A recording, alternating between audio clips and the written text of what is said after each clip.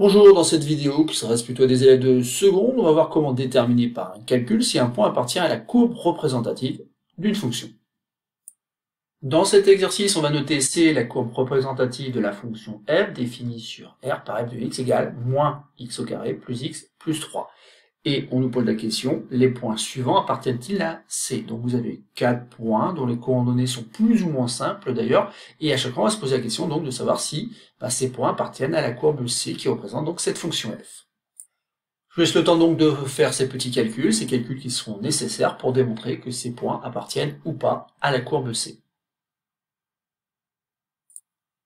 On va pouvoir passer à la correction de cet exercice. Donc dans un premier temps, je tiens à rappeler donc cette définition. Donc si f est une fonction définie sur un ensemble D, cet ensemble D donc va être R ici, la fonction est définie sur R tout entier. On appelle courbe représentative CF de la fonction f dans le plan muni d'un repère l'ensemble des points de coordonnées x, y, tel que x appartient à l'ensemble de définition, mais encore une fois ici c'est R, et surtout tel que y, l'ordonnée est égale à f de x. Autrement dit, y c'est l'image du nombre x par la fonction f.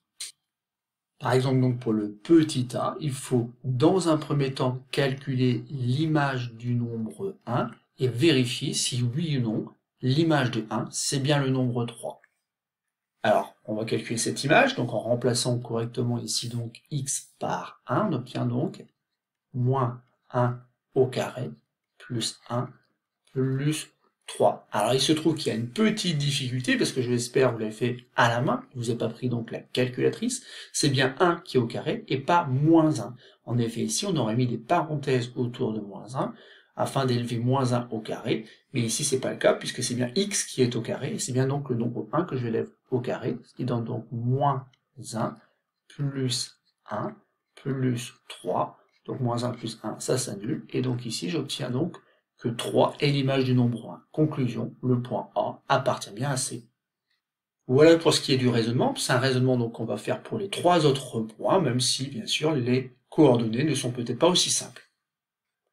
Petit b, donc on va calculer l'image du nombre moins 1. Alors c'est pareil, on va faire très attention. Donc ça fait moins, attention cette fois-ci, moins 1 au carré, plus moins 1, plus 3.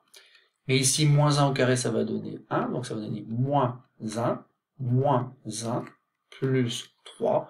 Bon, bah ça donne moins 2 plus 3, qui donne 1. On voit que c'est différent de 5, et donc, conclusion ici, le point B n'appartient pas à la courbe C. On continue, petit c, donc cette fois-ci, je vais calculer l'image du nombre 1,5, et surtout, je vais laisser la calculatrice de côté, car en fait, ici, l'idée, c'est plutôt de consolider nos connaissances en calcul numérique. Donc ici, ça fait moins 1,5 au carré, plus 1,5, plus 3.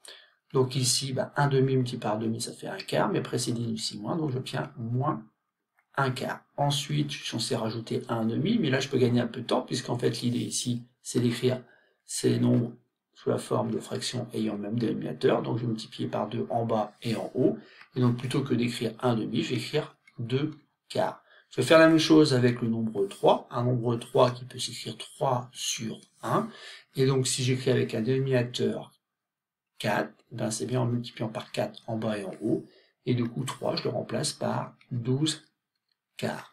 Et maintenant, j'ai plus qu'à faire donc moins 1 plus 2 plus 12, qui me donne donc 13, 13 au numérateur et 4 au dénominateur. Donc l'image de 1,5 c'est 13/4.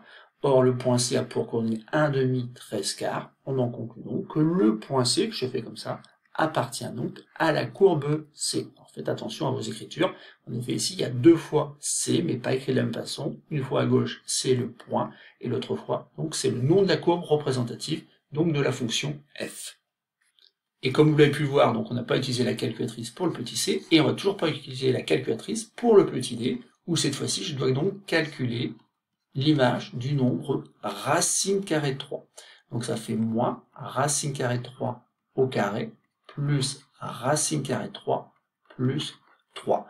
Et ici, c'est peut-être encore plus simple, puisque racine carrée de 3 au carré, c'est de l'ordre du réflexe. Vous devez écrire, c'est tout simplement 3.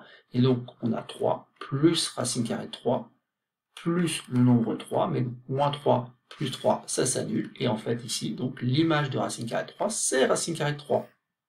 Le point D appartient lui aussi à la courbe représentative de C. Donc voilà pour cette vidéo, ici donc rien de très compliqué, il suffit simplement d'avoir en tête qu'un point appartient à la courbe représentative d'une fonction si l'image de son abscisse, ce n'est rien d'autre que son ordonnée.